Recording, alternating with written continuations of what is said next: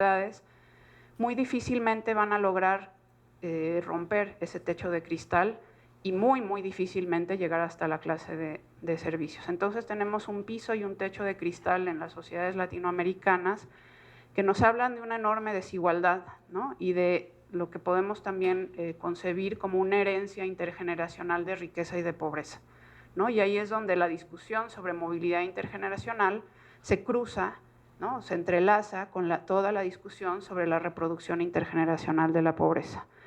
Y eso, ¿no? Como nos destacaba Patricio, que no estamos en las encuestas captando a todos aquellos hogares que están en la mera cima. Entonces, digamos que ese piso de cristal es todavía más fuerte, ¿no? Y ustedes pueden aquí enlazarse con otras discusiones que están siendo muy relevantes en la actualidad, como es toda la discusión sobre cómo medimos desigualdad en la distribución del ingreso, quién queda fuera, etcétera, ¿no? Eso sería como un primer punto que a mí me gustaría destacar, y entonces en ese sentido ¿no? Se podría decir que sí, las sociedades latinoamericanas tienen alta movilidad absoluta, alta fluidez social, pero que sin embargo esa fluidez social esconde en el fondo una rigidez muy importante, ¿no? de esa estructura de clases que mencionábamos ahora.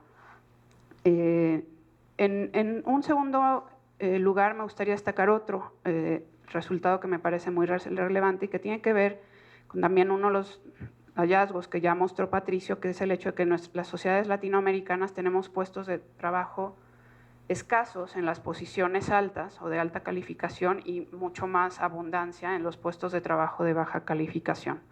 Entonces esto lo que nos dice es que sí, las sociedades latinoamericanas se mueven y tienen fluidez social, pero se mueven hacia posiciones, cuando logran ser ascendentes, que no necesariamente significan una mejora tan significativa en términos, ¿no? sustantivos, en términos de las condiciones de vida a las cuales pueden tener acceso. Entonces, sí nos movemos, sí hay fluidez social, pero están exentos los extremos de la estratificación social, y la movilidad se da sobre todo en las clases intermedias y entre posiciones que tienden a ser en su mayoría de baja calificación y que implican un acceso muy limitado a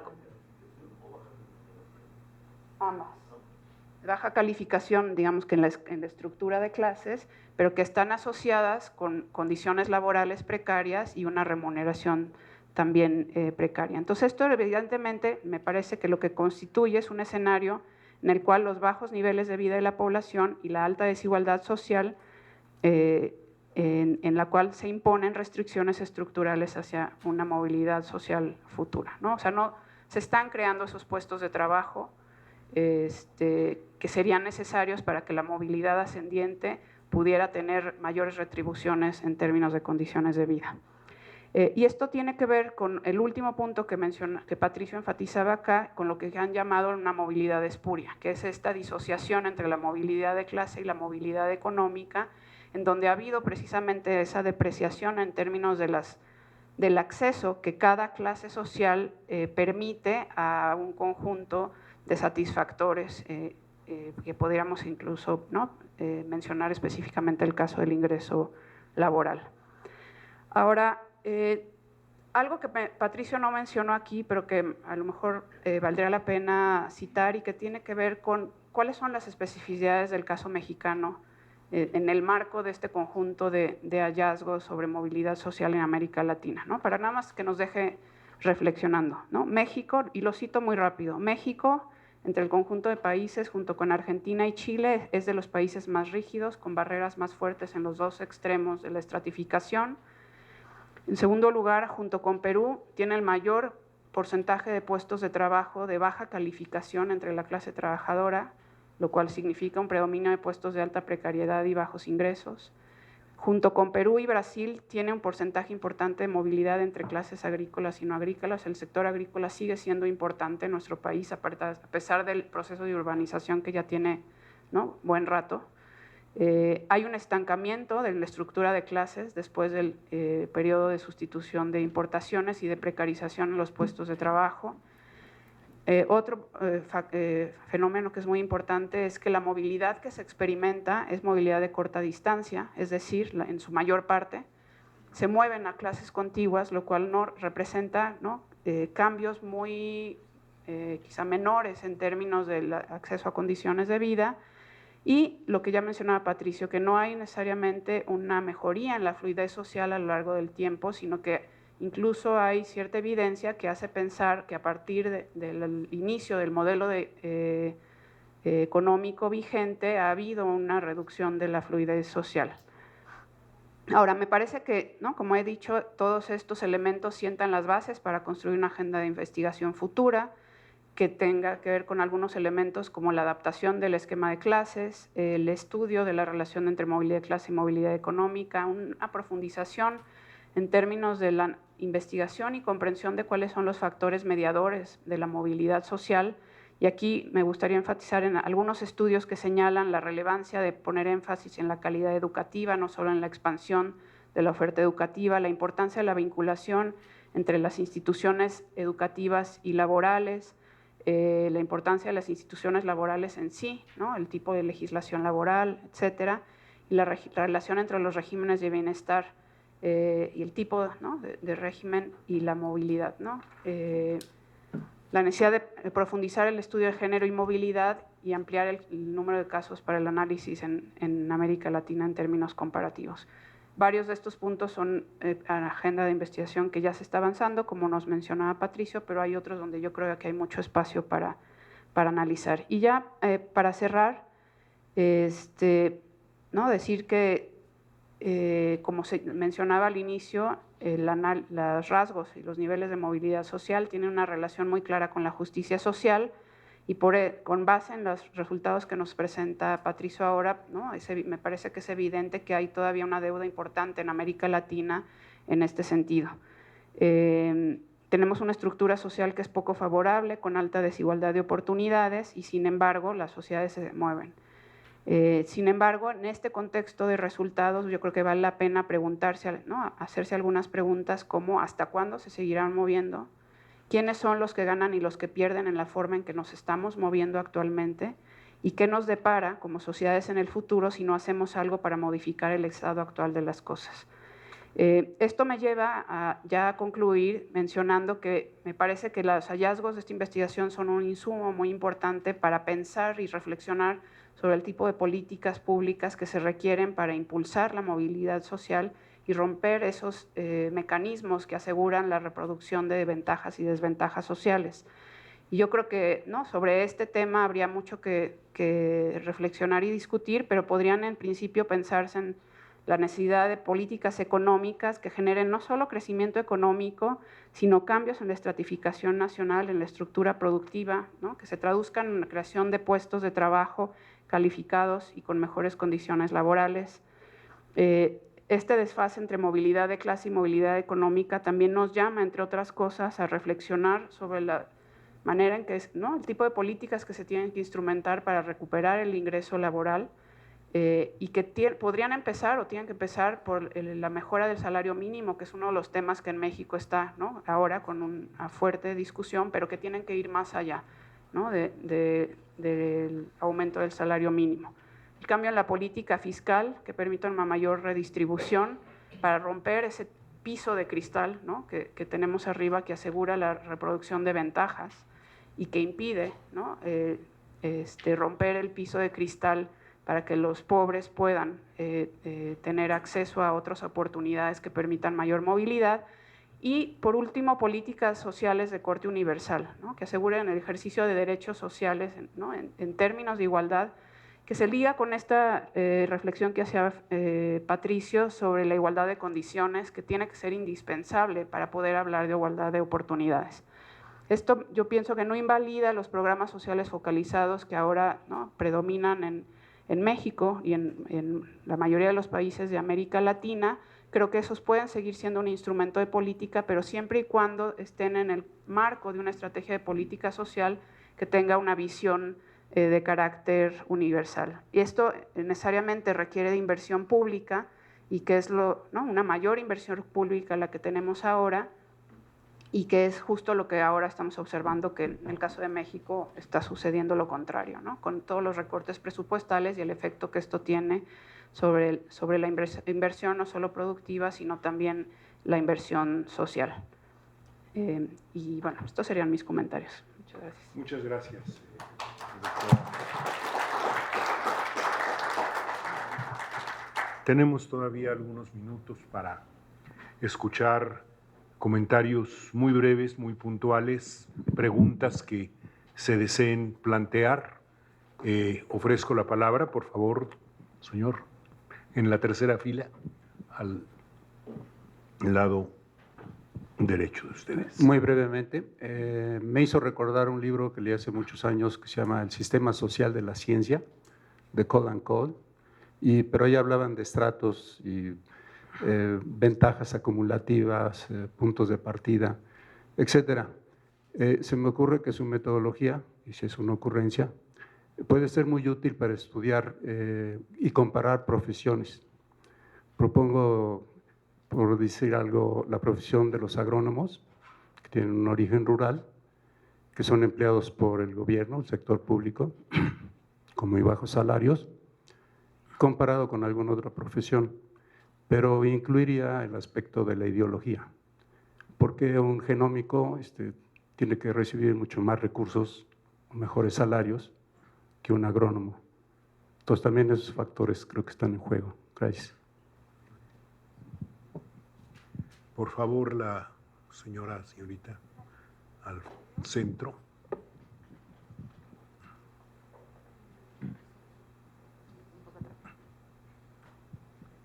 Bueno, gracias. Yo tengo dos preguntas para el doctor Solís. La primera es, bueno, con los resultados que se muestran, podemos ver que, bueno, de acuerdo a los coeficientes, nos parecemos a Europa, pero si entendí bien es como la Europa de los 90, con los datos que se utilizaron. Y entonces ahí como que me surge la pregunta de, bueno, pero ¿cómo nos parecemos a la Europa actual? Y si es que se da en Europa también este caso de que tenemos, sí, fluidez social y movimientos de clase, pero a la vez también esta relación como inversa con los ingresos. Y ahí creo que también como que me viene a la mente esta discusión acerca de cómo han disminuido los rendimientos de la educación en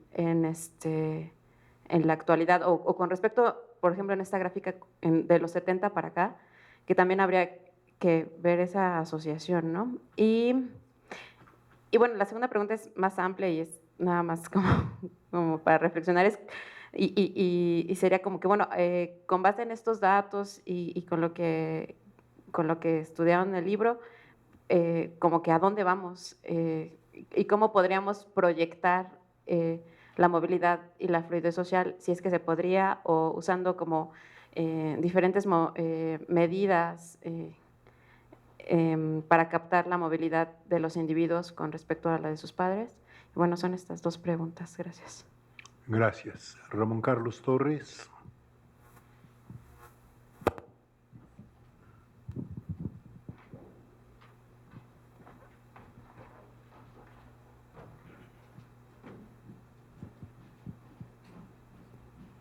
Gracias. Desde luego, muchas gracias por la estupenda presentación y por los comentarios. Yo quisiera una pregunta muy general que a lo mejor puede merecer algún comentario. Se retomaron los estudios de movilidad social que prevalecían hace 40, 50 años, pero en aquella época, como ahora yo creo, el referente de movilidad social era clase social. Y este concepto, hace 40, 50 años, tiene connotaciones distintas ahora. Y digo esto porque antes la movilidad social era la promesa para poder combatir la desigualdad. Era una promesa que permitía superar la desigualdad. Y ahora pareciera que la movilidad social puede convivir con la desigualdad económica, si se quiere, o con la desigualdad en general, y no solamente convivir, sino hasta reforzarla o disimularla o darle un maquillaje, pues. Entonces yo creo que detrás de eso hay un concepto como muy distinto de clase social o o una mudanza del concepto. En fin, me gustaría un comentario al respecto, si es posible. Tenemos 2 personas más que han pedido la palabra y haríamos un corte para escuchar al ponente y eventualmente, si desea, también a nuestra comentarista. Por favor, ellos 2 en el orden que ellos decidan. Felicidades por este excelente trabajo, muy bueno. De alguna manera ya la doctora y Ramón Carlos contestó, pero quiero puntualizar el concepto de clase social que está usted manejando, ¿no? A raíz de que mencionó que la clase social se construye en la producción y en el mercado. Luego, ¿cuál es la diferencia entre fluidez social y movilidad social? ¿Sí? ¿Y cómo puedo entender la mayor movilidad social con la cuestión que ahorita estamos viendo de desigualdad? Nada más. Nada más. Por favor. Sí, comparto la opinión de la compañera en el sentido de que ha sido una exposición muy interesante y que motiva mucho a la reflexión. Y en este sentido, aquí se dejó caer una afirmación en el sentido justamente de que la alta movilidad social en América Latina, yo no sé si esto también podríamos comentarlo a nivel particular de la sociedad mexicana, porque ¿cómo explicar esta alta movilidad social cuando tenemos una masa de pobreza que este modelo económico neoliberal nos viene heredando? Somos aproximadamente más de 70 millones de gentes que habitamos en la pobreza y un buen porcentaje en la alta marginalidad. Entonces, en ese sentido, ¿cómo explicarnos ese fenómeno de la alta movilidad social? Entendemos también, por otro lado, que si consideramos un indicador muy global, en el sentido de la gran cantidad de jóvenes que quedan fuera de la oportunidad de ingresar a la universidad o a las escuelas superiores, ¿cómo explicar ese proceso de capilaridad social que se cancela a una buena parte de la sociedad mexicana? ¿Cómo explicar ese fenómeno? Nada más, además de que hay otros indicadores de las estrategias, digamos, de combate a la pobreza, como el Progresa, como el Procampo en la parte rural, que tampoco está resultando efectivo como palanca para sacar a esta gran población y que se tienen que resignar a nadar en ese mar de la pobreza. Gracias. Vamos a escuchar la reacción del ponente. Muchas gracias. Aquí el reto es contestar a todos y hacerlo muy brevemente. El tema cuando usted menciona lo de la ideología, no sé si la comparta que es un tema ideológico, pero sí es un tema que tiene que ver con cómo se define quiénes son los merecedores de los altos y los bajos ingresos. Y en el esquema que yo planteaba al principio, donde tenía el triángulo y el centro, eso forma parte del análisis clásico de la estratificación social.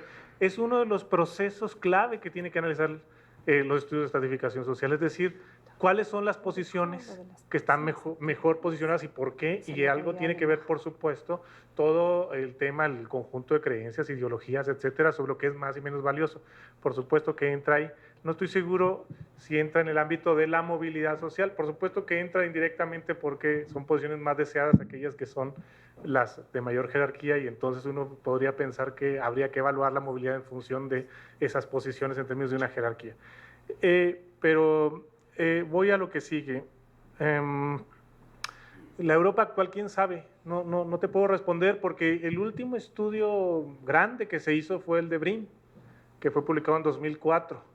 Hay estudios particulares que se han hecho. Una de las cosas interesantes con esto es que estos patrones de movilidad y de fluidez se mueven lentamente en el tiempo. Son el resultado, ustedes piensen que tú tienes un conjunto de cohortes que tienen entre 25 y 64 años y son el resultado de efectos acumulados históricos de logro ocupacional con respecto a los padres. Entonces el movimiento es lento.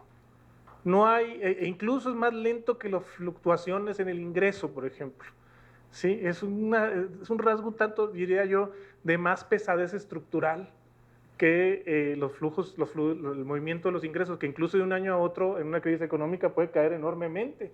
Y entonces esto en parte, ahorita voy a ir a la parte de la relación entre la pregunta sobre la pobreza, pero en parte explica las inconsistencias entre la movilidad intergeneracional de clase y la movilidad intergeneracional de ingresos. La movilidad intergeneracional de ingresos es muy susceptible a fluctuaciones de corto plazo coyunturales. También, por supuesto, hay tendencias estructurales, es decir, el ingreso se vino deteriorando durante un tiempo, pero luego creció en los 2000 y luego ahora volvió a bajar, etc. Es decir, uno ve, digamos, eso se ve con las medidas de pobreza, ¿no? Que son por línea de ingresos, cómo baja, sube, ahí hay cambios fuertes. Pero bueno, los rendimientos de la educación no tienen mucho que ver con la movilidad intergeneracional de clase en términos de la tabla de movilidad como como la presenté acá, pero sí mucho con los procesos que están detrás de esta movilidad intergeneracional de clase, que es el incremento del acceso a la educación. O sea, hay un incremento, por más que sí, efectivamente hay problemas serios de absorción, sobre todo en la educación superior actualmente, efectivamente, sin duda. El porcentaje de jóvenes que logran acceso a la educación superior ha crecido sistemáticamente, o bueno, no sistemáticamente, recientemente por ahí no tanto, pero sí ha crecido con respecto a las generaciones anteriores. ¿Sí? Un cambio fuerte en ese sentido, y eso también se refleja en el cambio en la estructura ocupacional y en los patrones de movilidad intergeneracional de clase ascendentes que observamos. Yo aquí voy a meter un poquito la cuchara de otra investigación que realizamos junto con Emilio Blanco, en el marco de una encuesta que hicimos en la Ciudad de México sobre procesos de logro educativo y desigualdad educativa y logro ocupacional inicial de jóvenes entre 18 y 29 años, una encuesta que aplicamos en 2009 en la Ciudad de México. Y lo que te puedo decir sobre educación es una cosa, yo me sitúo en un panorama, no, la cosa no es negra ni es blanca, o sea, no es blanca como dicen los teóricos del capital humano, que dicen que bueno, el acceso a la educación es la panacea y que eso te va a brindar acceso a oportunidades ocupacionales, pero tampoco es negra como quienes plantean que las universidades son fábricas de desempleados. ¿Sí? Lo que uno observa, digamos, con datos empíricos de jóvenes entrevistados en 2009 y sus trayectorias ocupacionales, es que al tener acceso a estudios universitarios, al menos en la Ciudad de México, sí te da una ventaja fuerte en tu ocupación de entrada al mercado de trabajo y en la movilidad intrageneracional posterior, y básicamente te protege contra la precariedad. No quiere decir que te garantice el acceso a ocupaciones que corresponderían a tu nivel educativo, pero te protege contra la precariedad. ¿Sí? Y claramente te ubica por encima de quienes no realizan estudios superiores. Eso no quiere decir, nuevamente, no seamos optimistas, no digamos que esto es el mundo perfecto. Sí hay un problema de acceso al mercado de trabajo inicial de los jóvenes, pero tampoco quiere decir, yo creo que para nosotros que trabajamos en instituciones de educación superior es darnos un tiro en el pie cuando si sostenemos que las universidades en este momento no tienen ninguna función social o en términos o productiva de integración al mercado de trabajo. Esto no es así del todo, del todo. Hay parte de ello, pero no es del todo así. Entonces hay que matizar un poco el discurso con respecto a eso. Entonces eso tiene que ver con el tema de si han disminuido los rendimientos de la educación. Efectivamente han disminuido. Uno observa eso con los datos de Monterrey del 65 y 2000. En Monterrey en 65, con los datos de movilidad que sacaron Balan, Browning y Yelin, el pequeño porcentaje de personas que lograban acceso a la educación superior tenían garantizado el acceso a la clase de servicios. La diferencia es que en este momento ahora es condición necesaria, pero no suficiente para tener acceso a la clase de servicios. Ahora, tus probabilidades de acceso a la clase de servicios siguen siendo mucho más altas si tienes estudios superiores, pero ya no son uno. Entonces, eso significa un rendimiento en términos de movilidad intergeneracional, un rendimiento decreciente en términos de movilidad intergeneracional. ¿A dónde vamos? Híjole, pues, difícil. Una cosa que sí, en el marco de los estudios del libro y de nuestros resultados y nuestras conclusiones, sí puedo decir una cosa. Incluso los datos que nosotros estamos observando en nuestras tablas de movilidad de 2009, 2010, 2008, reflejan de alguna manera la cola, o digamos la inercia, de la movilidad estructural observada en la década todavía en la década de los 70 en América Latina. Porque si digo, son poblaciones de 25 a 64 años, entonces el logro ocupacional de esas personas estás comparando con sus padres, y algunos de esos padres, estamos analizando datos de los 70 con esos padres. Y en ese periodo todavía hubo un cambio estructural fuerte. Ahora, si nosotros sostenemos a lo largo del tiempo un estancamiento en las estructuras ocupacionales, en las estructuras de clase, lo que va a pasar es que el influjo estructural a la movilidad observada va a ser cero. Si todavía observamos un influjo estructural,